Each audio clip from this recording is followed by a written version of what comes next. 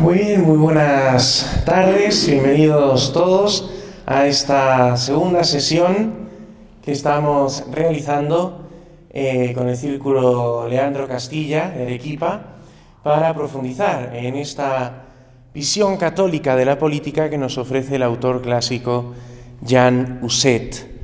Ya hace un mes tuvimos la primera sesión donde vimos los capítulos 1, 2 y 3, y hoy corresponden los capítulos 4, 5 y 6, entendiendo por capítulos las entregas de esta obra presentadas en la revista Verbo.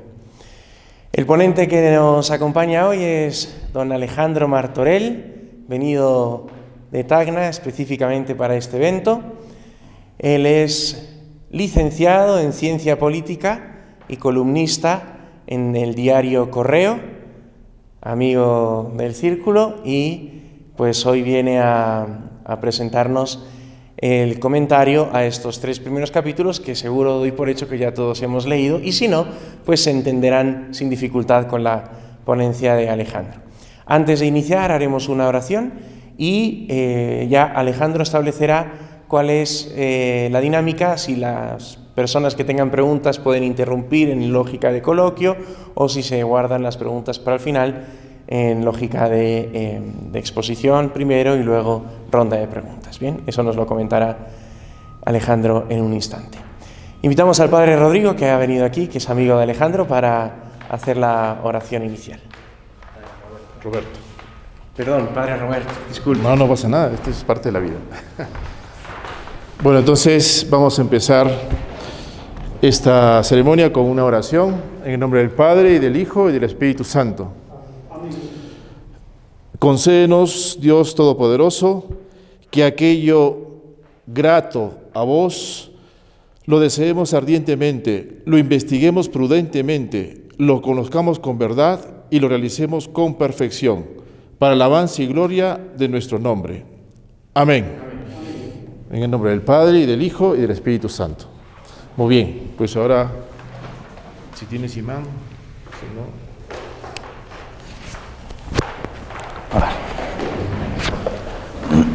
Muy buenas tardes, gracias por asistir. Hoy vamos a examinar con detenimiento una obra fundamental de teoría política, más específicamente los capítulos 4, 5 y 6 de la obra Introducción a la Política de Jan Husset. Pero antes de introducirnos en el estudio del libro, les propongo rezar una célebre oración de Santo Tomás de Aquino, que Santo Tomás de Aquino solía utilizar antes de ponerse a estudiar. Se titula Creador Inefable, seguramente muchos de ustedes la conocen. Personalmente la descubrí a través del padre José Ramón García Gallarda, ya por el año 2020. Él la empleaba como un requisito indispensable al iniciar las conversaciones de la esperanza, las conversaciones organizadas por el Consejo de Estudios Hispánico Felipe II. Luego, averiguando, descubrí que esta oración se halla íntegramente en la parte final de la carta encíclica Studiorum Ducem, Guía de los Estudios del Papa Pío XI, publicada en 1923, con ocasión del sexto centenario de canonización de Santo Tomás de Aquino. Entonces, obedeciendo a esta exhortación del Sumo Pontífice Pío XI, recitemos con devoción esta preciosísima fórmula de oración para que así fructifiquen nuestros estudios. En nombre del Padre, del Hijo, del Espíritu Santo. Creador inefable, tú que eres la verdadera fuente de luz y de sabiduría, dígnate infundir sobre las tinieblas de mi inteligencia el resplandor de tu claridad, apartando de mí la doble oscuridad en la que he nacido, el pecado y la ignorancia. Tú que haces elocuente la lengua de los niños, educa también la mía e infunde en mis labios la gracia de tu bendición. Dame agudeza para entender, capacidad para asimilar, método y facilidad para aprender, ingenio para interpretar y gracia copiosa para hablar. Dame acierto al empezar, dirección al progresar y perfección al acabar. Tú que eres verdadero hombre y verdadero Dios, que vives y reinas por los siglos de los siglos. Amén. Ahora sí, debidamente motivados y bajo la protección del Guía de los Estudios, Santo Tomás de Aquino, concentrémonos en el asunto que nos convoca. Vamos a leer y comentar pasajes seleccionados de este tratado político. Lo primero que nos encontramos en el capítulo 4 es con una definición del hombre. El hombre es un animal racional.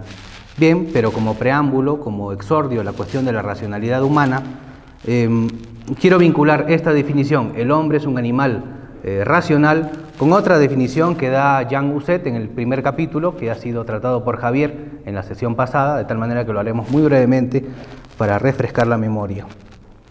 Husset, en el capítulo primero, va a decir, como consideraciones previas, que el hombre es un animal político y social. Husset recurre esta expresión, el hombre es un animal político y social, es el resultado de dos pensadores. Por un lado, Aristóteles, el filósofo que fijó los soportes perennes y los principios fundamentales de la política, y el doctor Angélico Santo Tomás de Aquino. Primero remite a la célebre fórmula inventada por Aristóteles, el hombre es un zoon politikon, y luego al término latino incorporado o añadido por Santo Tomás de Aquino en su obra del gobierno de los príncipes, a la fórmula original de Aristóteles.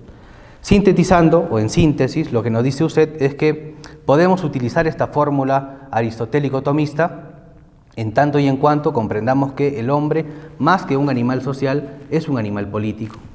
Que no basta con definir al hombre como a un animal social porque estaríamos igualándolo al resto de los animales que también viven en sociedades como las abejas, las hormigas, ciertas especies de aves, etcétera, y que en realidad es la política una característica específicamente humana porque solo el hombre tiene la capacidad para intervenir en los asuntos de la ciudad, dictar leyes, establecer nuevas formas de organización social, etcétera.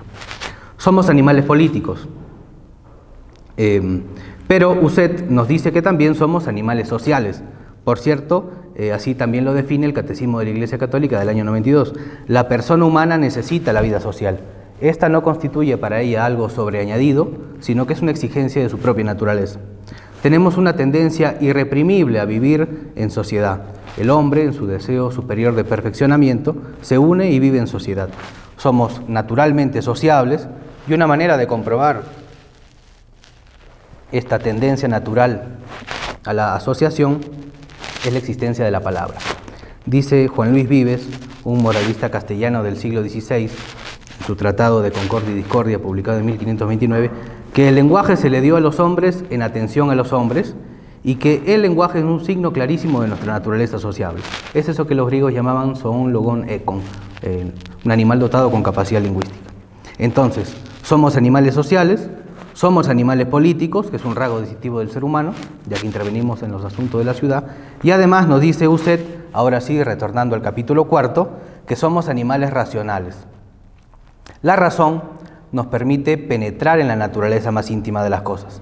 Como dice Alberto Wagner de Reina, un escritor católico injustamente olvidado, según los especialistas, el filósofo sudamericano más importante de la segunda mitad del siglo XX, en una conferencia que él dicta sobre el alemán Goethe, Wagner de Reina dice: para llegar a la nuez urge quebrar la cáscara.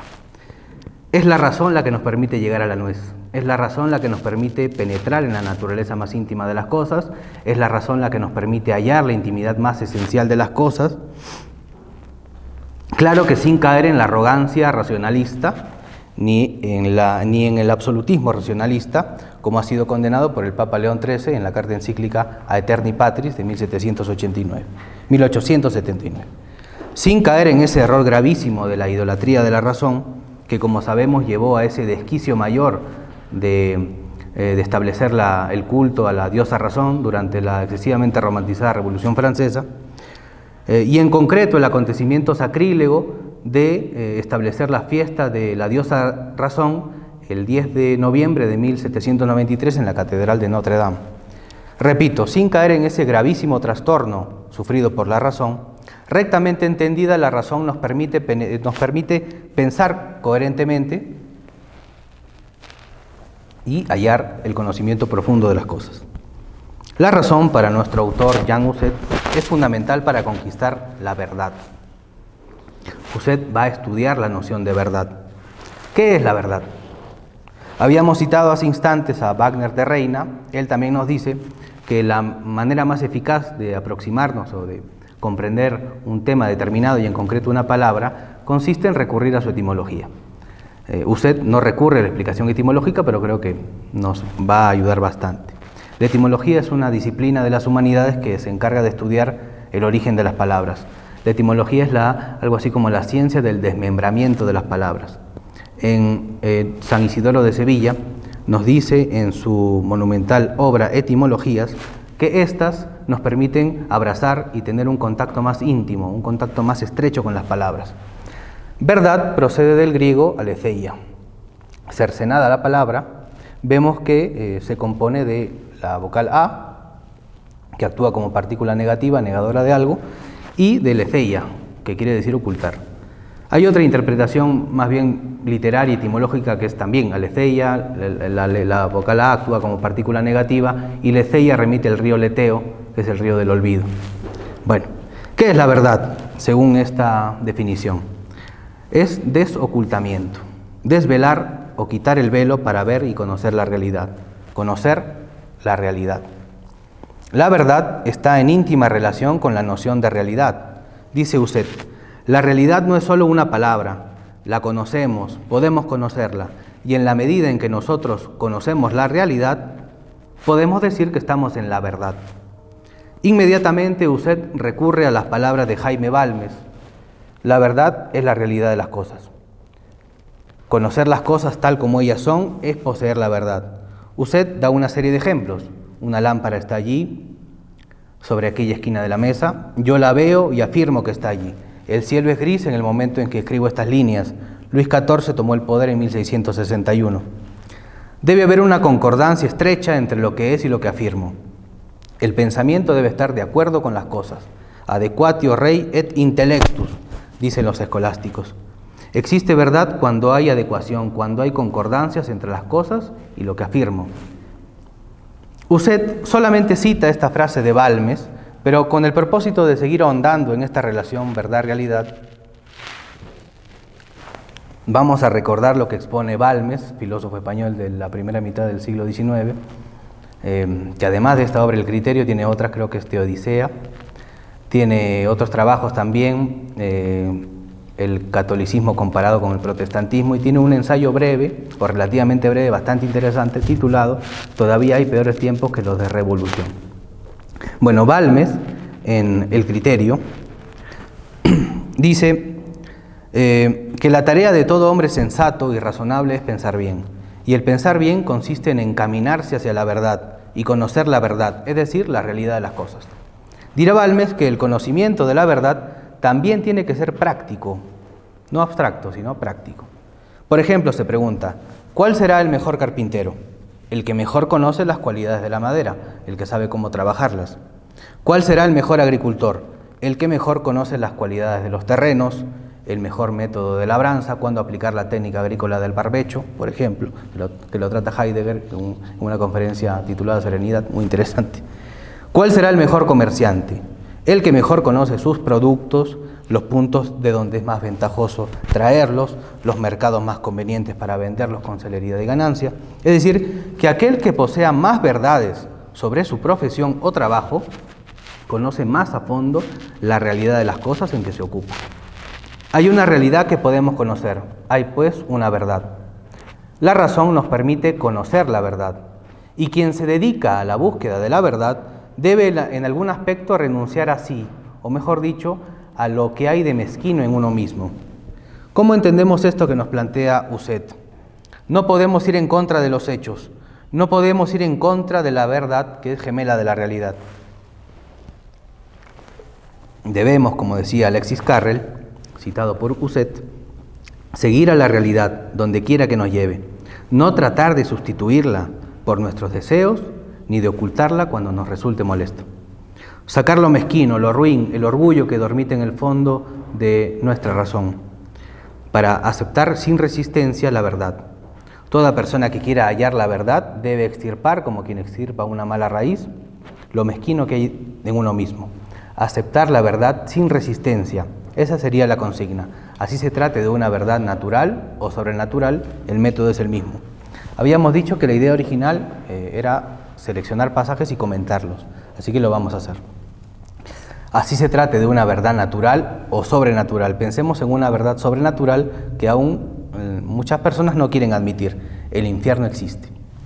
O como dice el padre Leonardo Castellani, hay infierno. En la década de los 70, Castellani dicta una serie de conferencias para seminaristas interesados en filosofía, que luego se recopilarán en un título en un libro cuyo título es Catecismo para adultos, 16 lecciones sobre el Verbo encarnado. Y en los corolarios dice hay infierno y procede a fundamentar debidamente su afirmación. Hay infierno. La Biblia es clara y es bueno recordarla. Mateo capítulo 25, versículo 31 en adelante, cuando se habla del juicio definitivo. Colocará Jesucristo a las ovejas a su derecha y a los chivos a su izquierda. Jesucristo en la parusía, esto es en el retorno glorioso de Cristo, o en la segunda venida de Cristo, como nos dice el padre Castellani, en la culminación de la primera venida de Cristo. Jesucristo en la parusía, cuando aparezca como juez escatológico, en las postrimerías del juicio definitivo, establecerá una rigurísima división entre los buenos y malos, entre los justos y los injustos. Unos irán al suplicio eterno y los justos a la vida eterna.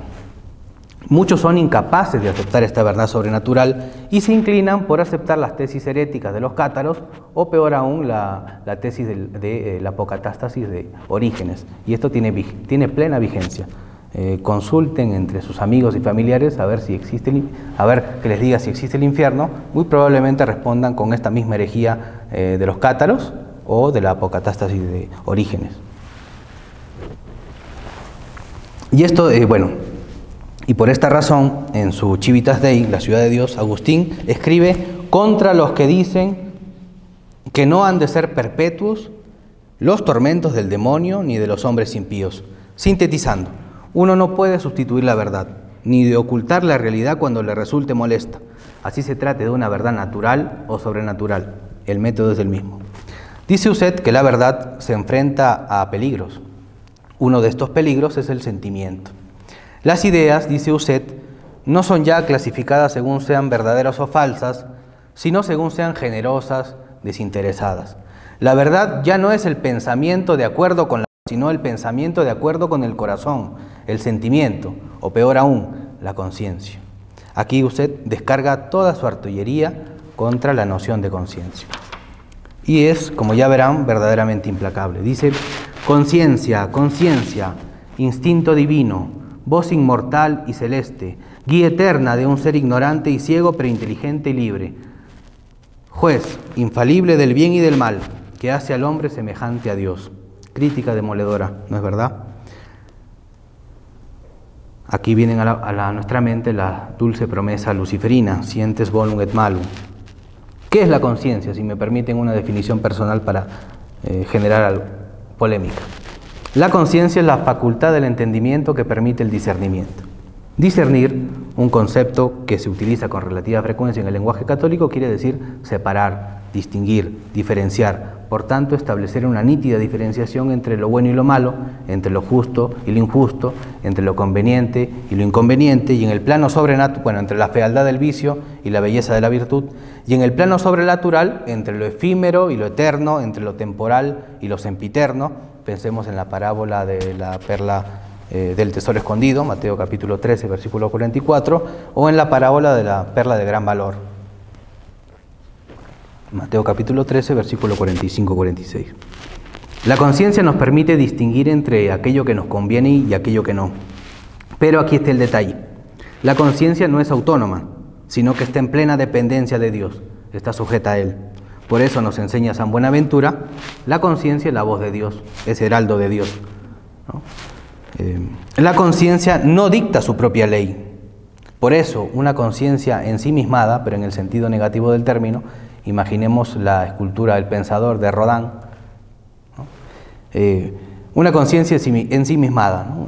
Pero en el sentido negativo del término, es decir, una conciencia que excluye el mandato evangélico y se escucha a sí misma como si fuera un tribunal que dicta fallos inapelables, es una conciencia oscurecida. Por eso las duras palabras de Uset: yo no tengo más que consultarme sobre lo que yo quiero hacer.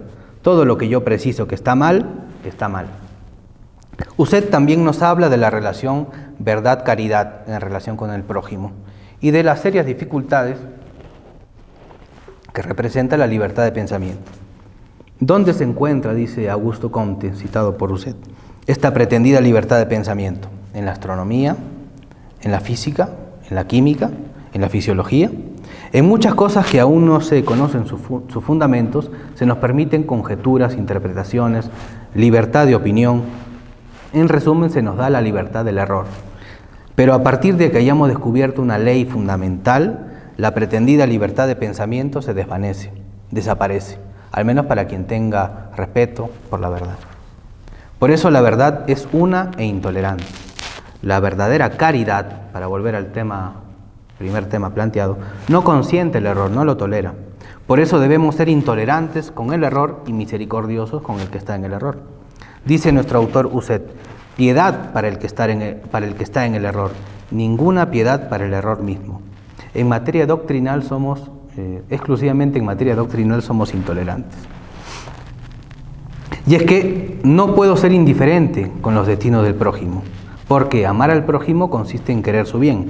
¿Y qué bien puede llegarle al prójimo si desde el principio le dejo que se pierda en el error? La caridad consiste en gritar la verdad, para que el prójimo no se extravíe en el error. Caridad con las personas para que están en el error e intolerancia para el error mismo. Esto último tiene una estrecha vinculación con lo que nos enseña el Catecismo de la Iglesia Católica. Me refiero a las 14 obras de misericordia, que figuran en el numeral 2447.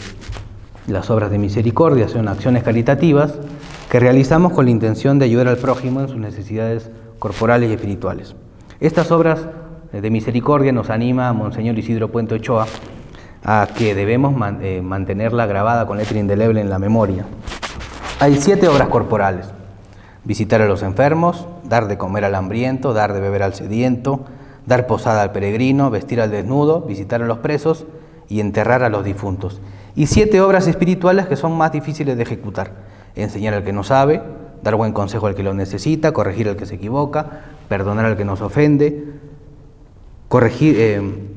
sufrir con paciencia los defectos del prójimo, consolar al triste y rogar a Dios por vivos y difuntos. De estas 7 obras de misericordia espirituales me voy a detener en 3. Enseñar al que no sabe, corregir al que se equivoca y dar buen consejo al que lo necesita. Ahora bien, ¿cómo vamos a realizar estas nobles operaciones si no tenemos una adecuada formación intelectual y una recta formación moral, y si tampoco nos tomamos en serio el lema del pontificado de San Pío X, instaurare omnia in Cristo? ¿Cómo vamos a corregir fraternalmente al prójimo y a librarlo de las tinieblas de la ignorancia y del error si no conocemos de doctrina católica? Por eso nuestras palabras deben estar iluminadas por la verdad que brota de la maestra verdadera de la virtud y la depositaria de la moral, la Iglesia Católica, como nos enseña León XIII en la encíclica Immortale Dei. Es nuestra Iglesia la que, guiada por la asistencia infalible del Espíritu Santo y por la autoridad otorgada por el Divino Maestro, la que nos orienta a actuar con buen criterio. Entonces, como decíamos, amar al prójimo consiste en conducirlo a lo bello y al bien. Escribe Uset, citando un fragmento de la exhortación apostólica, Nuestro cargo apostólico de San Pío X. La doctrina católica nos enseña que el primer deber de la caridad no está en la tolerancia de las convicciones erróneas, por sinceras que sean, ni en la indiferencia del error o del vicio en que vemos caer a nuestros hermanos. La verdadera caridad es inseparable de la verdad. Habíamos dicho, la verdad es una e intolerante.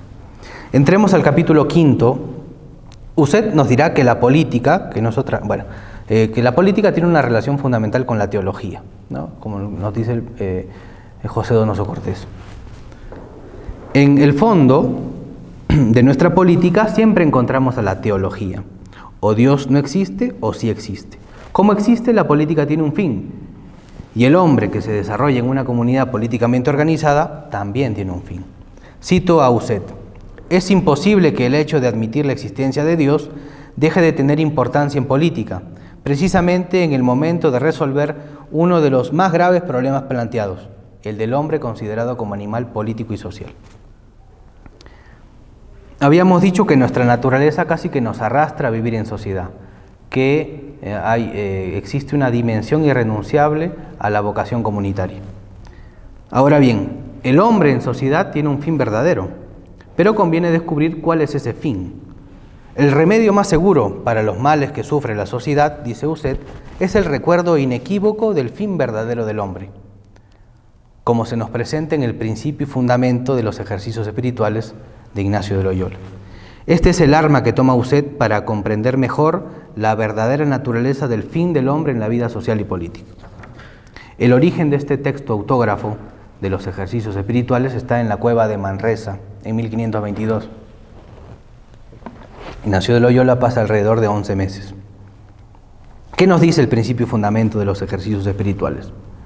El hombre es creado para alabar, hacer reverencia y servir a Dios nuestro Señor, y mediante esto salvar su alma.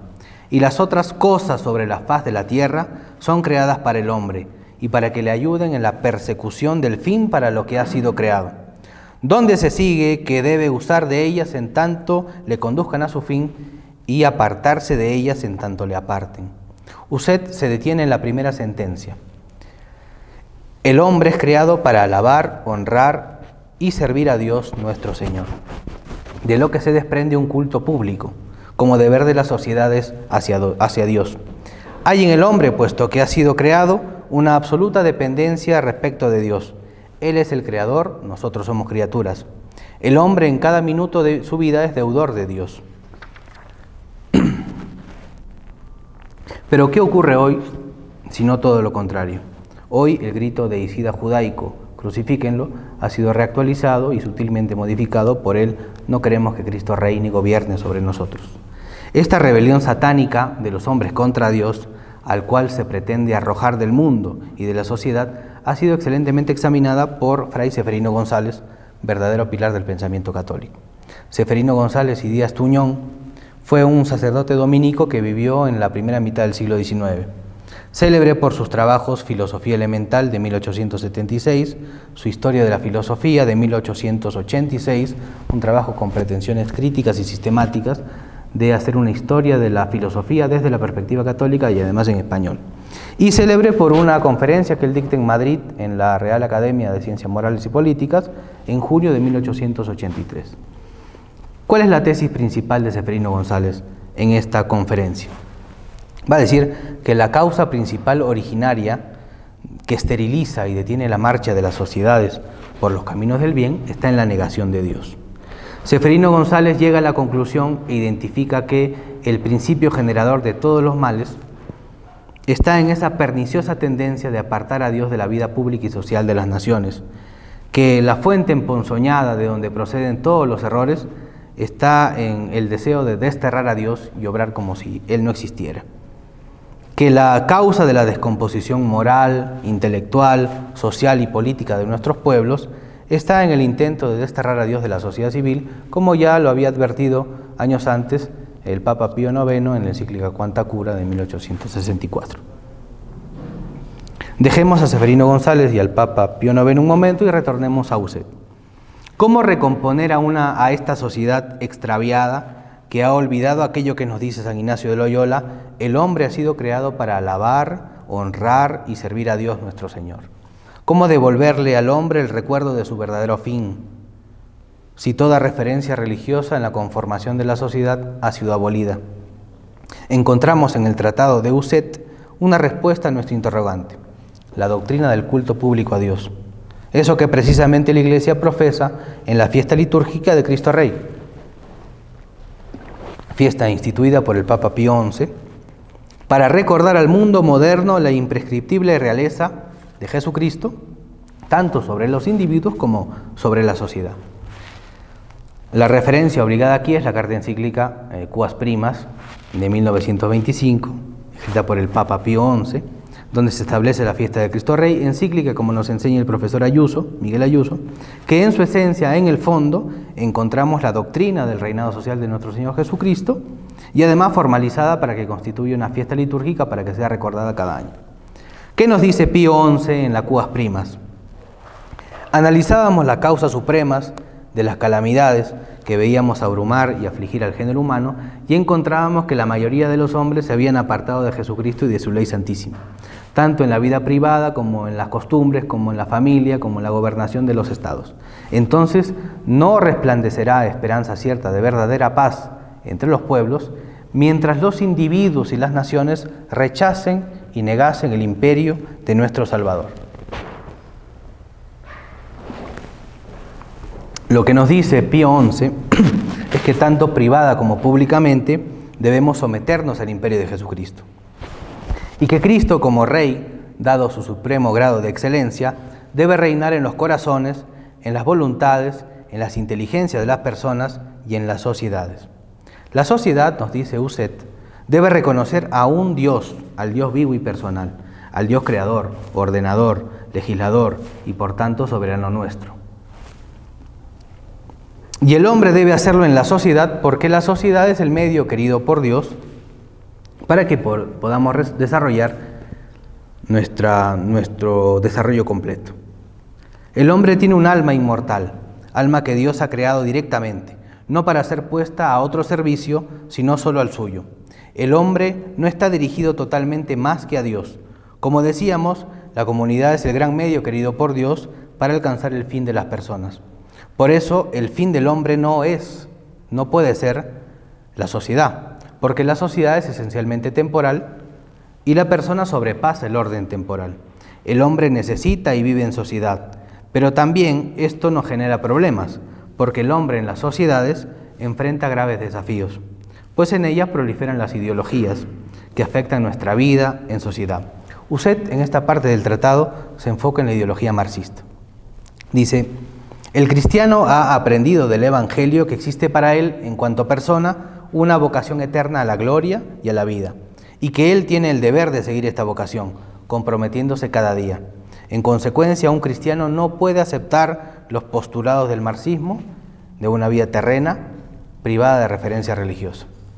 Conocemos la teoría de la religión como el opio del pueblo de Marx y Engels, que ha sido analizada por Antonio Gramsci, pensador marxista heterodoxo, que descubrió que, estudiando a fondo, que descubrió que esta frase, el opio del pueblo, se halla en Honoré de Balzac.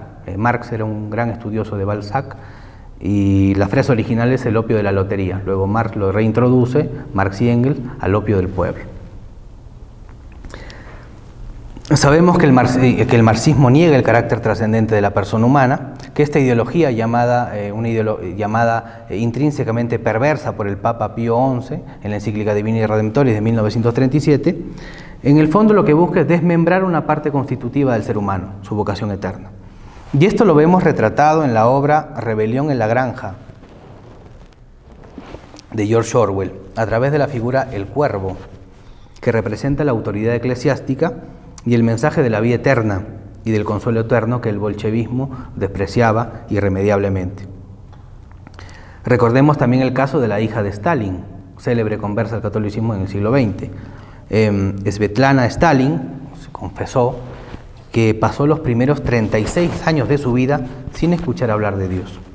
Entonces el cristiano, dice Uset, no puede aceptar el principio socialista de una comunidad humana concebida como el fin del hombre. ¿Por qué? Uset finaliza este capítulo recordando el reiterado principio y fundamento de San Ignacio de Loyola. Y aquí está la respuesta.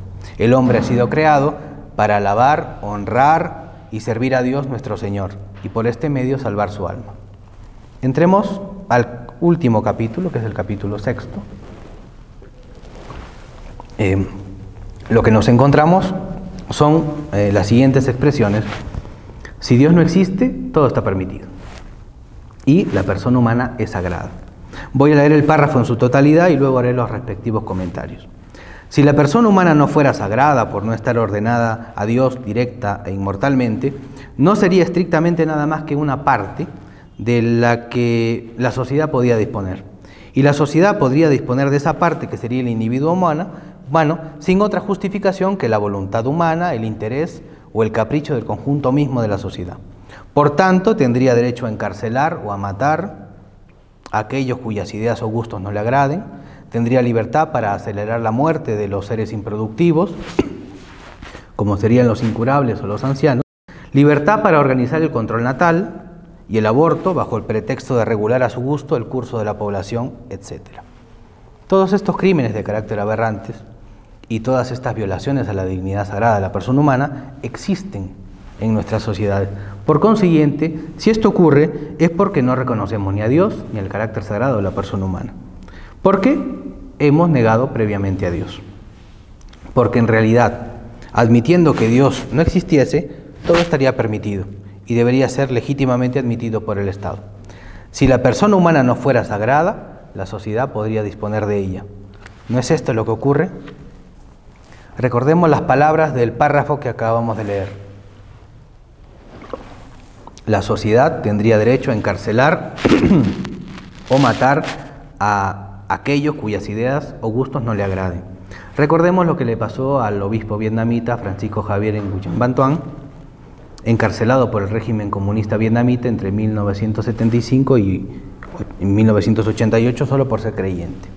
Recordemos la ley del 22 prairial de 1794, cuando el Comité de Salvación Pública, liderado por Robespierre, mandó a matar a cientos de miles de franceses para intensificar el terror revolucionario. Recordemos lo ocurrido en el Perú, con la beata Guchita, asesinada por Sendero Luminoso en el año 90, o en los mártires de Chimbote, los franciscanos dos polacos, Zbigniew y Miguel, y el italiano Alessandro Dordi, también aniquilados por Sendero Luminoso en 1991. Una agrupación terrorista, Sendero Luminoso, que reclamaba para sí un poder limitado y que su matriz era la marxista-leninista maoísta con las adiciones del pensamiento González. Sigamos con Uset. La sociedad tendría libertad para acelerar la muerte de los seres improductivos, como serían los incurables o los ancianos. Esto lo pusieron en práctica los nazis con la ley de eugenesia. Contra esto batalló el padre de la genética moderna, Jerome Lejeune. Lejeune es el descubridor de la anomalía cromosómica que da origen al síndrome de Down, trisomía 21. Sobre este asunto, me refiero a la nula tasa de natalidad de niños con síndrome de Down en el país nórdico de Islandia. Debemos recordar que Islandia es el primer país sin registrar nacimientos de niños con síndrome de Down. Ustedes se preguntarán, ¿tiene remedio la anormalidad cromosómica en el par 21? La isla del doctor Moreau se trasladó a Islandia. ¿El laboratorio del doctor Moreau se instaló en Islandia? No, todo lo contrario. Lo que sucede es que el 100% de los niños son abortados. Y con los ancianos ocurre igual. Tienen que ser descartados porque son improductivos para el sistema capitalista o comunista. Sigamos con Uset. La sociedad tendría libertad para organizar el control natal y el aborto bajo pretexto de regular a su gusto el curso de la población. Esto es el informe Kissinger de 1974.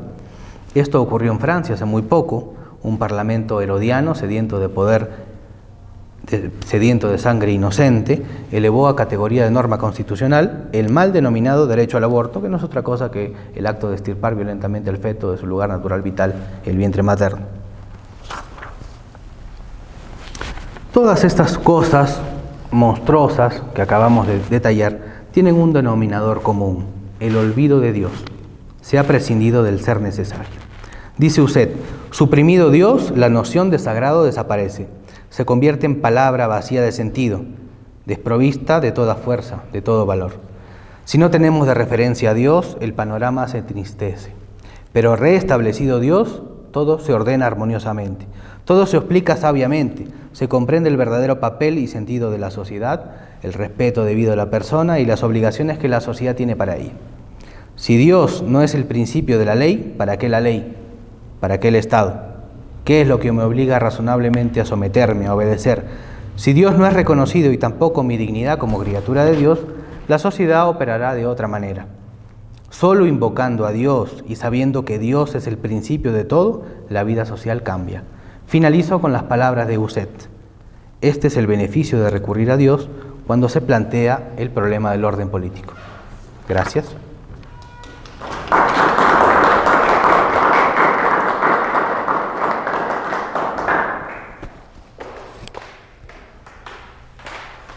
Muchas gracias, Alejandro. No sé si hay alguna duda, consulta, comentario de parte del público presente.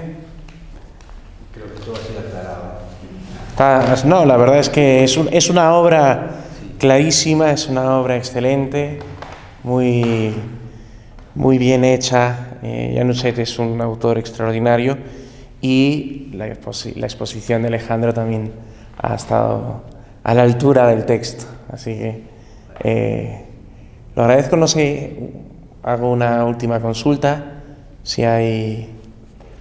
Bueno, yo si quieres... Sí. Hay un tema En toda la exposición, bueno, varios temas, ¿no? Pero uno el que vale la pena en estos tiempos quizás hacer énfasis es que para vivir la verdadera caridad, ¿no?, es importante distinguir entre la persona y los actos de la persona. Y por lo tanto, como dice Osset, ¿no?, es importante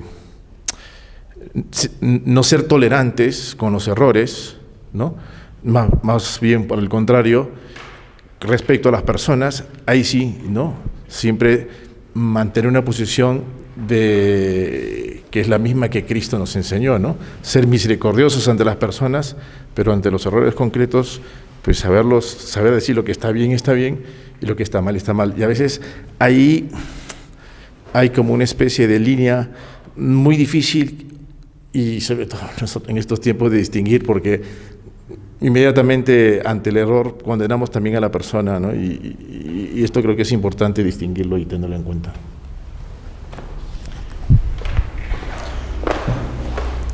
¿Deseas comentar? Quiero hacer un comentario. Buenas tardes, muchas gracias. Me ha encantado la ponencia. Pensé que me iba a perder un poco porque no asistí a la primera, pero sí he entendido todo. Yo estoy tratando de formarme también de manera... Yo no sabía, pero mi hermana fue la que me hizo dar cuenta, autodidacta. Entonces, no me pierdo mucho, sí he entendido.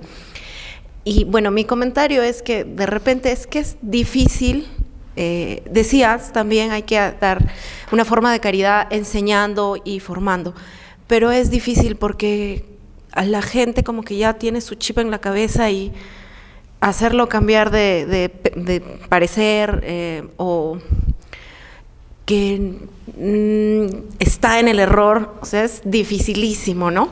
Pero yo me he dado cuenta que en los niños, no. Yo tengo 2 hijos y yo lo que creo que sí puedan ir entendiéndome, yo les digo, lo que yo voy aprendiendo les converso y ellos sí entienden, con más humildad, con más claridad incluso. Entonces creo que eso es realmente, como dice el dicho, ¿no?, la esperanza en los niños. Por ahí creo que hay que tratar siempre de formar a nuestros hijos, ¿no? Gracias. Es el problema del autodidactismo, ¿no?, el volverse autodidacto o autodidacta, que insistía mucho Marco Aurelio de Negri, y ahora escuchando a Monseñor Isidro Puente Ochoa, el fundador de las Ecuménicas de Guadalupe, que ahora tuvo un problema, un conflicto mínimo, que ahora se ha integrado a la Sociedad de Trento, pero que ya ha expresado abiertamente y no son sedevacantistas. Monseñor Isidro Puente Ochoa también estimula, exhorta ardorosamente a que debemos nosotros instruirnos, pero bajo la sana doctrina. ¿Y quién nos da los documentos fundamentales para nutrir adecuadamente nuestra inteligencia, sino la Iglesia Católica, madre de la moral verdadera, como nos enseña León XIII en la encíclica Immortale Dei, citada ahora, muy interesante. Bueno. Sí, también un poco en la línea de lo que decía, ¿cómo es su nombre? Andrea. La educación es un pilar fundamental, por supuesto. Lo tenemos bastante enfocado, o sea, pues promovemos algunas actividades tipo de homeschooling o proyectos educativos católicos, que hay que rezar para que salgan, y o sea, existen las posibilidades de hacer colegios aquí católicos de verdad, no de sistema educativo moderno con barniz católico,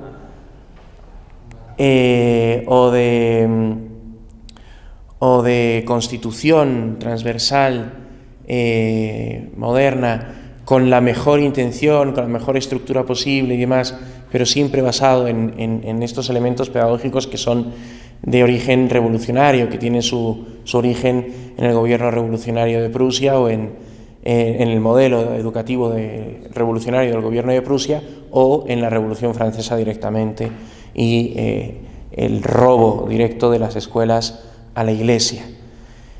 que es el agente principal de la educación, el primer agente de la educación, no en sentido natural, sino en sentido sobrenatural.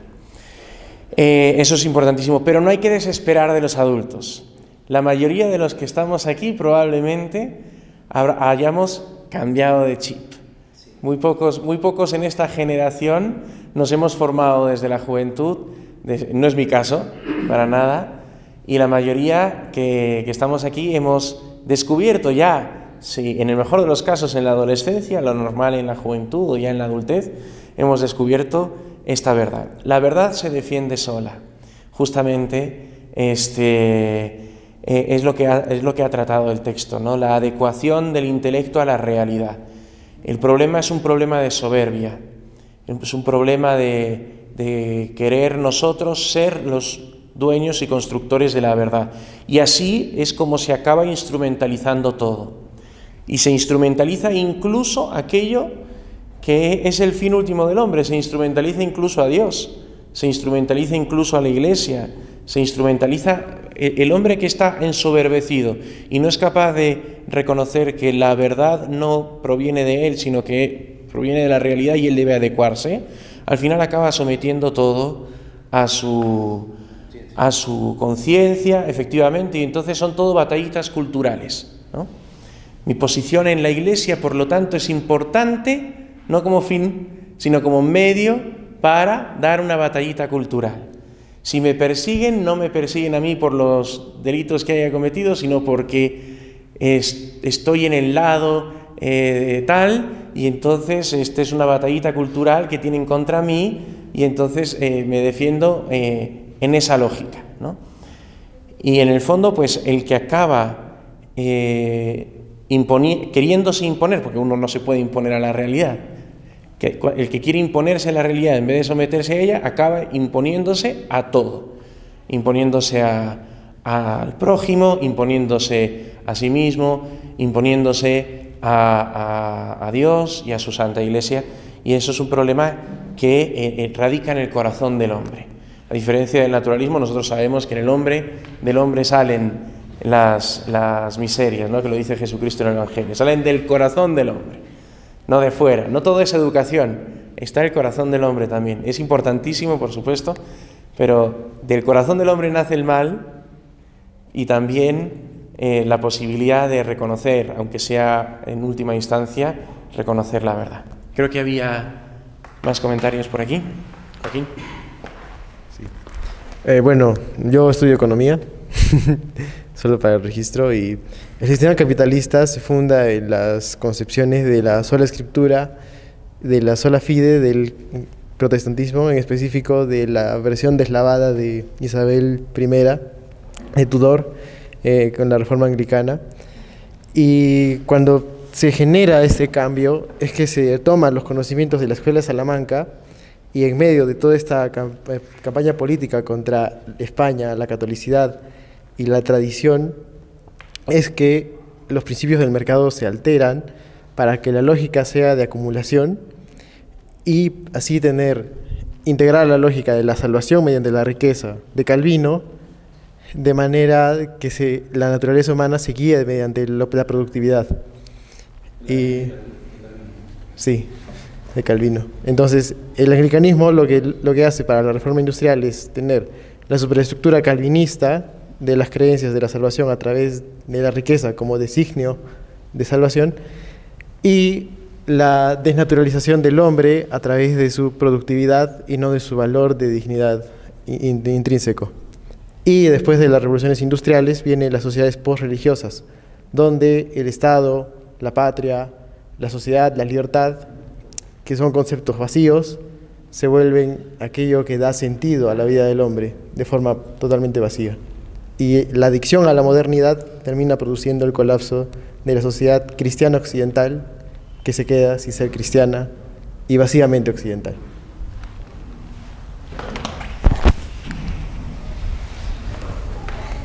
¿Un comentario más? Bueno, hay tiempo. Felicidades, Alejandro, por la charla. Yo quería hacer un llamamiento a no perder la esperanza, ¿no? Porque a la final quien da la gracia a la conversión es nuestro Señor. ¿no? Y la Iglesia Católica, nuestra Santa Madre Iglesia Católica, tiene una ley suprema que es la salvación de las almas.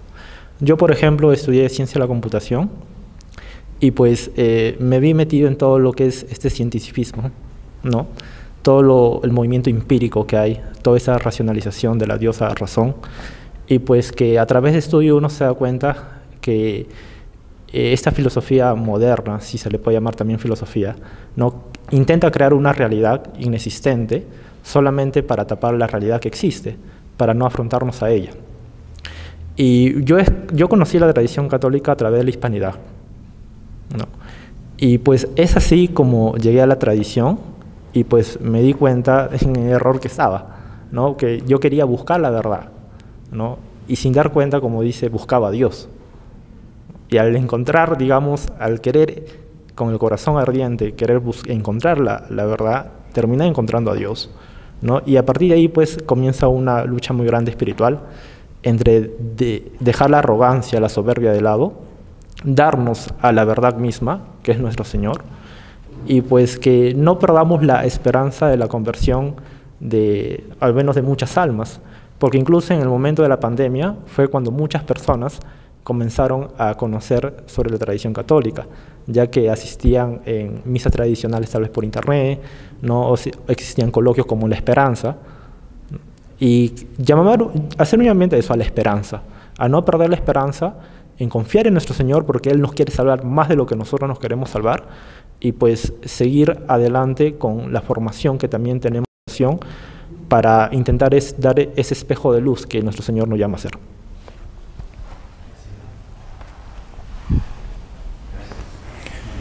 El Padre Pierre tiene una participación. Buenas tardes. Creo que todos estamos de acuerdo en que vivimos una crisis de nuestra civilización, ¿no? Y una profunda nebulosa en la que estamos de la misma civilización occidental, ¿no? Se puede hablar de niveles o de aspectos de esta crisis, aspectos morales, aspectos éticos, aspectos filosóficos, lógicos, nociológicos, metafísicos, pero ¿cuál es la raíz? Porque el tema es el oscurecimiento de la verdad, ¿cierto? La inmanencia en cuanto se habla de la verdad. Pero ¿es solamente una cuestión nociológica? ¿Es un tema nociológico el tema que abordamos cuando hablamos de la crisis del conocimiento, de la crisis de la verdad y por tanto de la crisis de la civilización?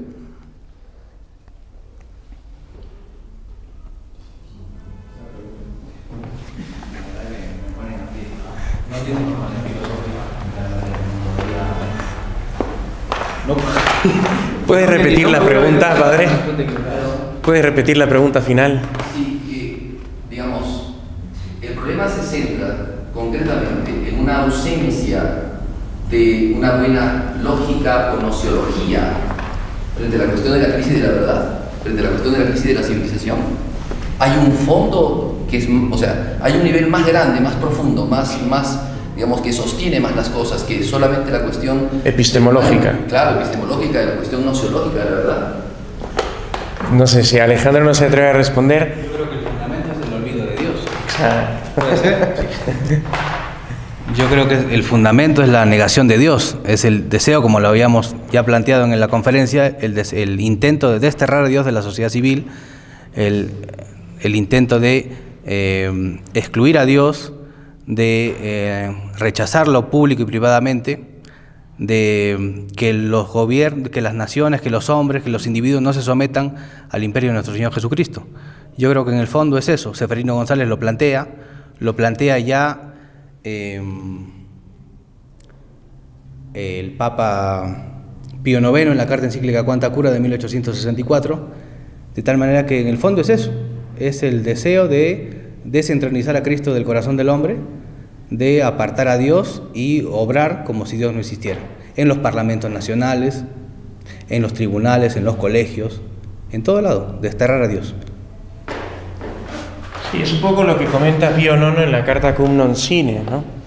Solo la fe católica es capaz de generar la nobleza del alma humana.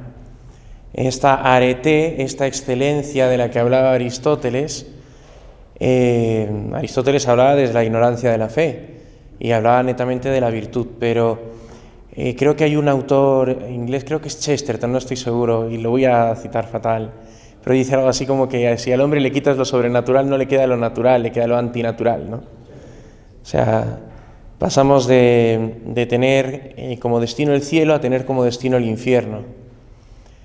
Y no hay término medio.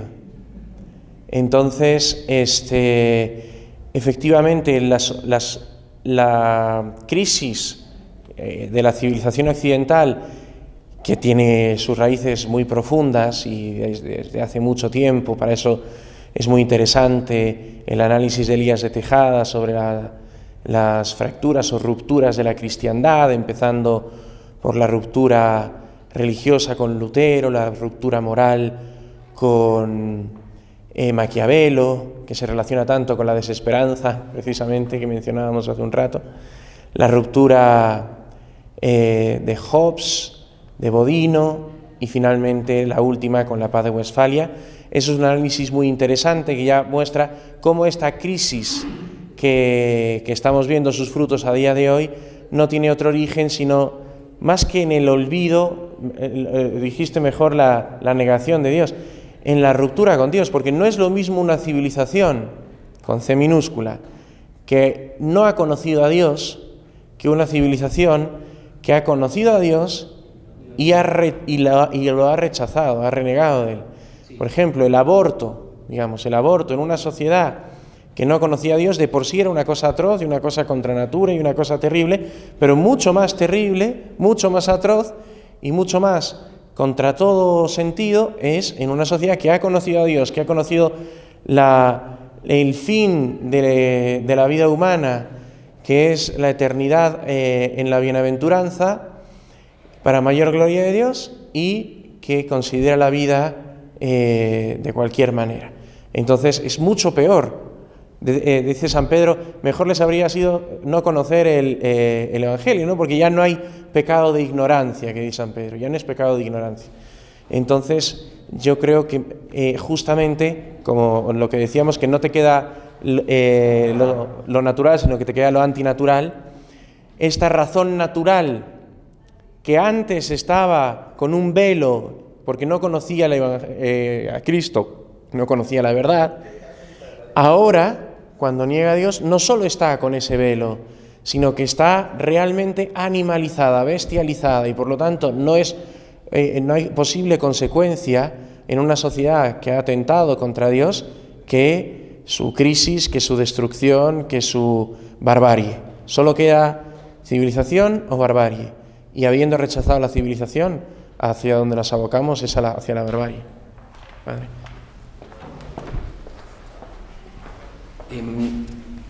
Aristóteles, en su prólogo al libro de la Metafísica, cuando explica qué es la metafísica, dice: llamo metafísica a tres cosas.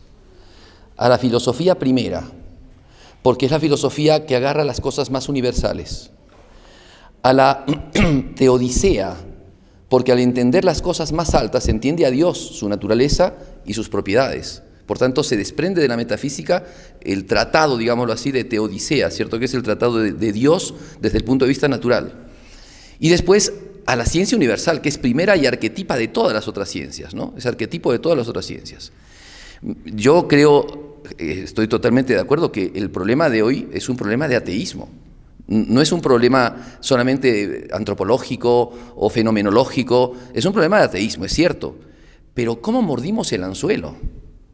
Porque el hombre tiene una tendencia natural de querer alcanzar a Dios, de querer conocer la causa principal por medio de los efectos. O sea, es parte de la naturaleza humana y del diseño original de Dios que el hombre tienda a conocer las cosas y que tienda a conocer de esas dos maneras. Santo Tomás habla de la manera de conocer propter quid y quia, ¿no? Que es ir de las causas a los efectos y de los efectos a la causa. Y eso está en todas las, digamos, en toda la ciencia humana. Pero hay algo que rompió o sea, mordimos un anzuelo y al morder un anzuelo caímos en el ateísmo. O sea, porque es digámoslo así, ilógico y es hasta necio decir el hombre cayó en el ateísmo y bueno, por eso estamos en el ateísmo, estamos viviendo en el ateísmo y bueno, por eso la cultura va como va. Porque no le pegamos al clavo. El tema es ¿quién nos rompió la luz, ¿no? Cuando Nietzsche habla en ese Habla Zaratustra, ¿cierto? Cuando el loco va y se pone en la ciudad a hablar, Dios ha muerto, Dios ha muerto. Claro, Nietzsche dice, bueno, ¿quién apagó la luz? ¿Quién nos apagó la luz? ¿Por qué se apagó la luz del mundo? ¿Por qué dejamos de tender hacia Dios o de querer a Dios? Porque nuestro corazón sigue deseando la felicidad. El tema es que no sabemos dónde encontrarla. Y ya la orientación a Dios se ha perdido, pero ¿cuál es el fondo? Por eso creo que el análisis de la civilización, el análisis, digámoslo así, del pensamiento humano y de la caída y la frustración, porque vivimos una frustración. El padre Cornelio Fabro, que es un gran intérprete de las obras de Santo Tomás y es, me parece, el mejor hombre que ha dialogado con el tomismo, ¿cierto? Y con las ciencias y filosofías posteriores de corte inmanente. El padre Cornelio Fabro dice de que el hombre no solamente que ahora no sabe dar respuesta, sino tampoco no sabe preguntar las cosas de Dios. O sea, ni siquiera se atreve ya a preguntar, ¿no?, acerca de cómo alcanza a Dios. Ha perdido el sentido, hemos perdido la brújula. Pero eso se debe fundamentalmente, por lo que enseña el padre Cornelio Fabro y porque además es lo que podemos ver ahora, a la ausencia total que tenemos, no de la filosofía en general, o sea, no de la antropología, de la lógica, de la sociología, sino de la metafísica, que es la ciencia que nos enseña a tener contacto con el ser. Pero el ser es este que estoy tocando yo acá. O sea, no es el ser empírico, fenoménico que presenta el mundo de hoy, o sea, la filosofía moderna, sino es el ser metafísico, el ser que participa del ser divino y que por tanto me puede hablar del ser divino y que me puede cantar las alabanzas de Dios. Me da la impresión que es eso, y creo que tenemos que, cuando se trata de armar cultura y de saber de la cultura, lo que tenemos que tratar de fundamentar, porque es lo que nos han sacado, y cuando nos han sacado la metafísica nos quedamos en la lógica. Los argumentos de los filósofos modernos y contemporáneos, el argumento de Kant. Kant dice, ahora no sé si es Gilson, Kant era un monolito en el Báltico, decía. O sea, era una piedra maciza, inconmovible, pero era pura lógica. Entonces, es eso, me parece, lo que hemos olvidado y lo que nosotros tenemos que buscar. O sea, nos han sacado la metafísica y por eso hemos perdido. Nuestra filosofía ha devenido en sencillamente pensamientos libres, de uno por acá, de otro por allá. Pero la civilización tiene que tener una base metafísica. Si no, no tenemos contacto con el ser. Y si no tenemos contacto con el ser participado, tampoco con el ser por esencia.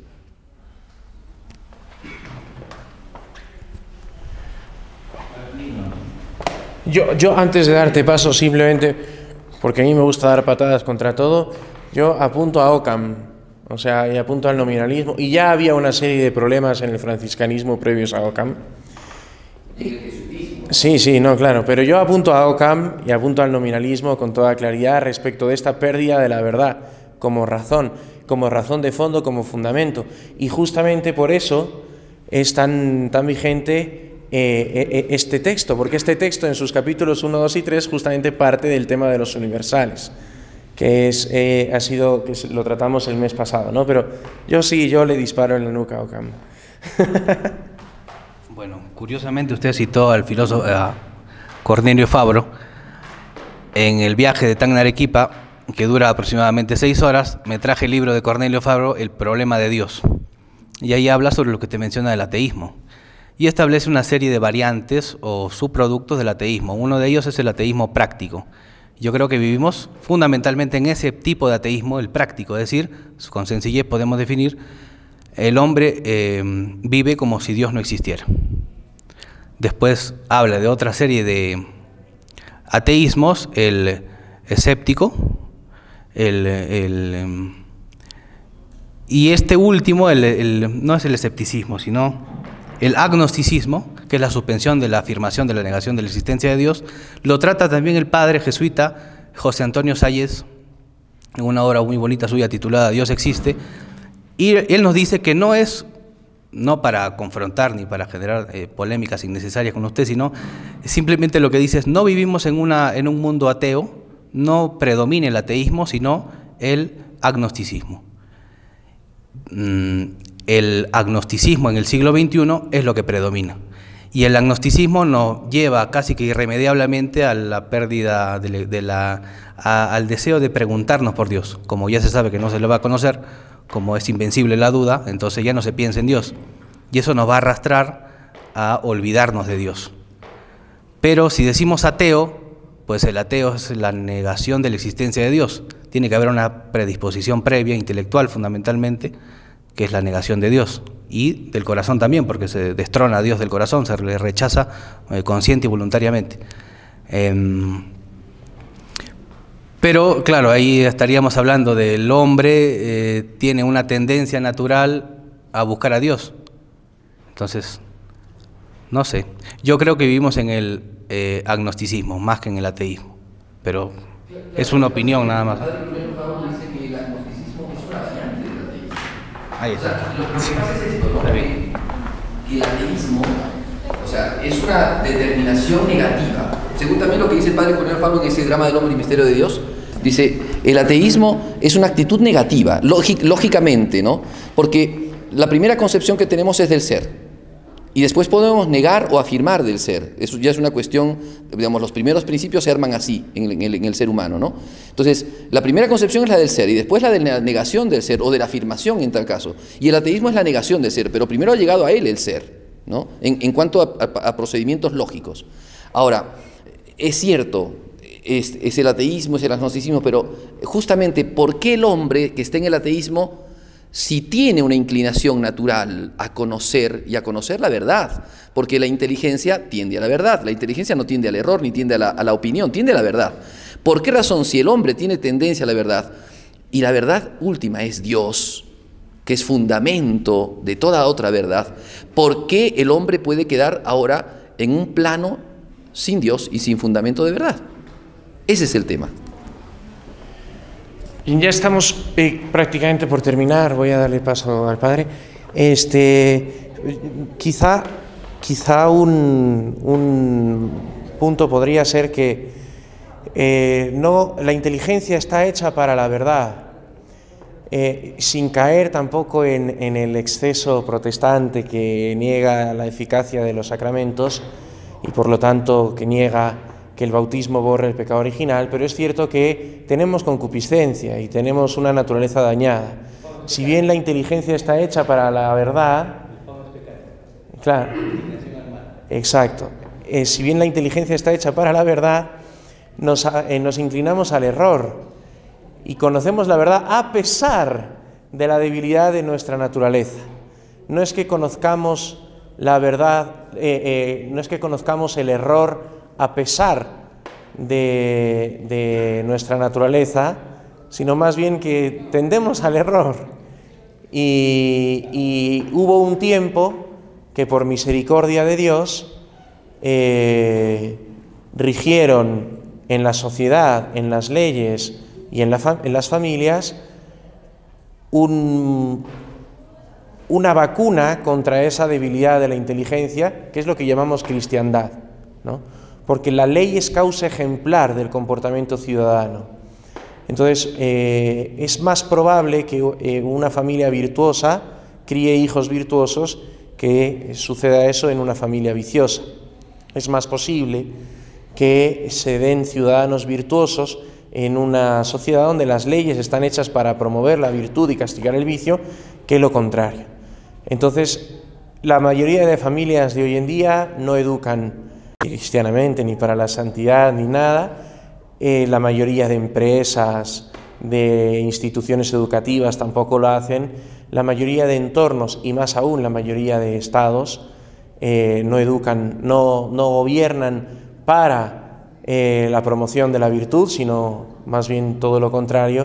Y entonces el caldo de cultivo está perfecto para que un alma, si no es por una gracia extraordinaria de Dios, se aboque a la falsedad, a la mentira, al engaño y viva alejado de la verdad. Y por eso justamente tenemos, uno, que dar gracias a Dios por la enorme bendición de haber conocido la verdad, y dos, procurar fomentar estos espacios de verdad que creo que son tan importantes para aquellos que tienen esa oportunidad de alcanzarla y conocerla también. Adelante, padre, ya, bueno, últimas dos preguntas o comentarios y cerramos. El mío es un comentario muy breve, ¿no? Que tiene que ver a lo que comentabas tú, que hace referencia a la esperanza, ¿no? O sea, creo que podemos vivir en un mundo con dificultades, agnóstico, no sé exactamente si esa sería la palabra, pero si Dios permite el mal, es porque de todo esto va a sacar mucho bien. Y creo que en cualquier visión, desde el punto de vista metafísico, como dice el Padre, o en fin, cualquier punto de visión que tengamos, creo que lo más importante es darnos cuenta que